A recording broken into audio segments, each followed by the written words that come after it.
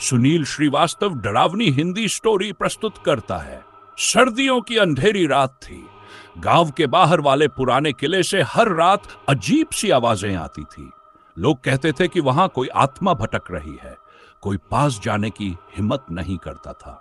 राजू, जो गांव का सबसे निडर लड़का था, हमेशा इन बातों को अफवाह मानता था। एक रात उसने तय किया कि वह सच्चाई जानने के लिए किले में जाएगा। दोस्तों ने उसे रोका, पर उसकी जिद के आगे कोई कुछ न कर सका।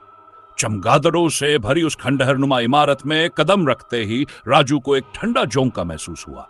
उसने टॉर्च जलाकर आगे का रास्ता देखा। दीवारों पर अजीब से निशान बने हुए थे, जैसे किसी ने खरोंचे मारी हों। अचानक एक दरवाजा जोर से बंद हुआ। राजू ने पलटकर देखा, लेकिन वहां कोई नहीं था। अंदर जाते ही उसे एक पुरानी पेंटिंग दिखी।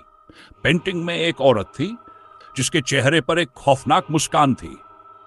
राजू पेंटिंग को गौर से देखने लगा और तभी पेंटिंग की आंखें हिलती हुई दिखाई दी। डर के मारे उसने टॉर्च फेंक दी। अचानक उसके पीछे से किसी के चलने की आवाज आई। उसने पलटकर देखा, लेकिन वहां कोई नहीं था। आवाजें और तेज होने लगीं। कोई उसके कान में फुसफुसा रहा था, तुम यहां क्यों आए हो? राजू ने भागने की कोशिश की, लेकिन उसके पैर जैसे जमीन से चिपक गए। तभी एक परछाई उसके सामने प्रकट हुई। परछाई धीरे धीरे एक औरत के रूप में बदलने लगी। वह वही औरत थी जो पेंटिंग में थी। औरत ने अपनी ठंडी आवाज में कहा, तुमने मेरी शांति भंग की है। अब तुम इस किले से बाहर नहीं जा सकते। राजू चिल्लाने लगा, पर उसकी आवाज बाहर नहीं जा रही थी। उसकी आंखों के सामने सब कुछ धुंधला होने लगा। सुबह गांव वालों को किले के बाहर राजू की टॉर्च मिली, लेकिन राजू का कोई निशान नहीं था।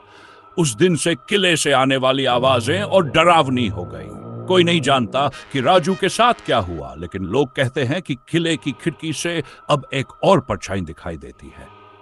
कहानी समाप्त। सुनील श्रीवास्तव डरावनी हिंदी स्टोरी पर अगली कहानी के लिए जुड़े रहें।